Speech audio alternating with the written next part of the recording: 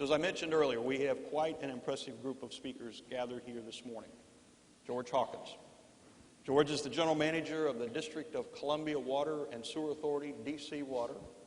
DC Water delivers drinking water for a population of more than 600,000 in the District of Columbia, as well as 700,000 who work in the district each day. They also treat wastewater for a population of 1.6 million in DC and neighboring jurisdictions, and in Maryland and Virginia, operating the world's most advanced wastewater treatment plant.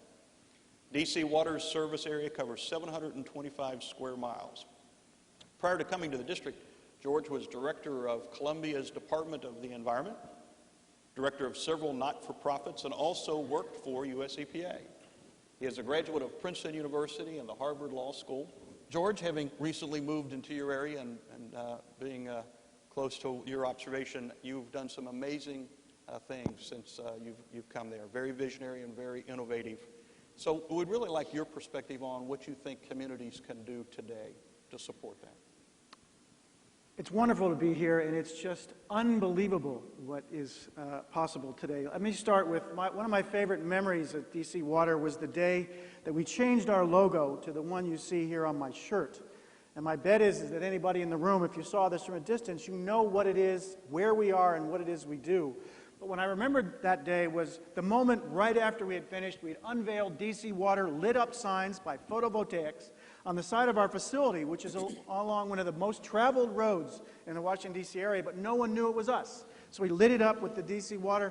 Then all of a sudden, everyone who was standing out there, we had the mayor and the city, all these people, and we all staggered. And my eyes started watering because one of our giant biosolids trucks drove by. About the size of this, had been waiting until we, oh, it's over, now you can drive by, woof. 60 of them leave our plant every day, about the size of this stage, taking refuse that we have collected from all the people that come to Washington, D.C. and the surrounding area every single day. What's amazing what's happening at DC Water is that is not just a refuse that's leaving the plant. It is a resource that we can deploy for our future. And I look what's been done over the last 10 years. We've persuaded our board to invest $470 million to build the first Canby installation and digester project. It's going to take those solids, it's going to cook them, going to break down the molecules, turn it into energy, 13 megawatts, 16,000 homes worth of power.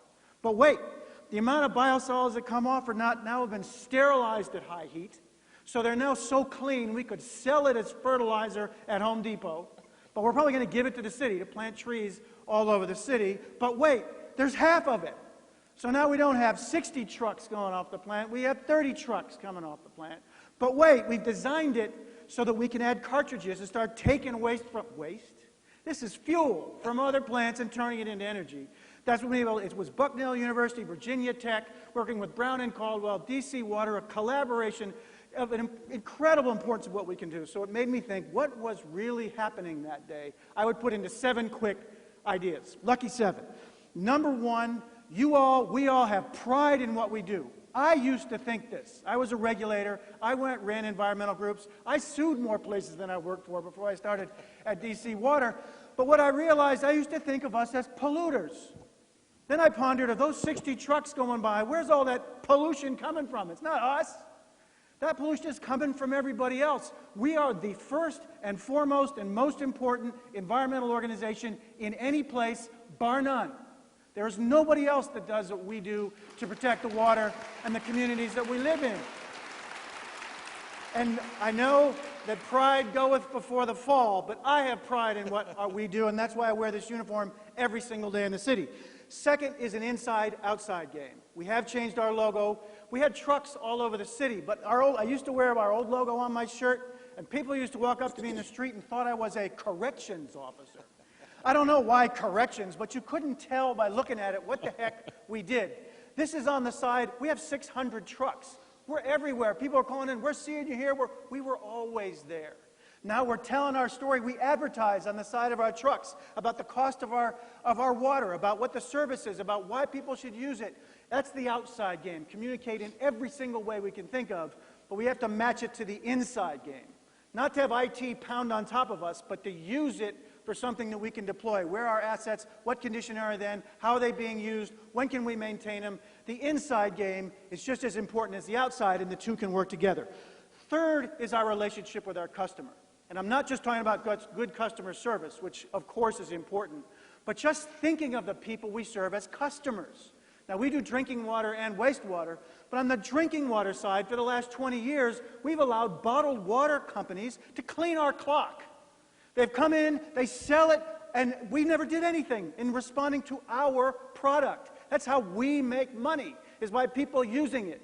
So we're now advertising everywhere on the side of trucks. We're doing water taste tests, blind, in every ward of the city. So you go up and you take a test. 60% of the people we've asked haven't been able to distinguish the difference or think our water is better when compared taste to taste with bottled water and our public drinking water. We're doing that because we want our customers, and we're going to fight for every single one of them and every single time they use the product. 4, the revenue and finances that are possible. I know there's private sector and there's public sector. I look at it about the same. They make revenue, maybe it's for investors and shareholders that do good work. We're making it for our ratepayers. They're our shareholders. What are the ways that we can take all the innovations that are out there today that you see that are unbelievable and turn it back into revenue for our organization so we can plow it back into our enterprise? That means us thinking like a business, not just the utility of water and wastewater. 5, integration. Blue Plains, the advanced wastewater treatment plant, I see Walt out there in the crowd, and I know Sudhir and Salil and so many of our personnel are here. What we do, we provide service on a wholesale basis for other jurisdictions that are around us. How else can we integrate with the institutions around us? If someone else is better at something than we do, maybe we should hire them. Or if we do something, they should hire us. How do we change our business model in the days ahead to see forward? Green and gray, I see Nancy Stoner is here. It's fantastic what EPA is driving, and the White House. I can tell you in Washington, this is an interest of government. It's not green or gray. We're going to have both. But we have never had a time where there's been a regulatory agency that's as interested as experimenting and opening up to the manner in which we can use green infrastructure that's on the surface. It has energy benefits and water benefits. People see it. It connects to them on a personal level, how we can match green and gray. And the last, I would say, this is the 7th of the 7, is where it's been innovation. It's moving fast. To me, the best part of this job is learning. It's learning organizations. This summer, and some folks asked, how does DC Water do a lot of your innovation? I went out to where we have this science room. Sudhir has set it up.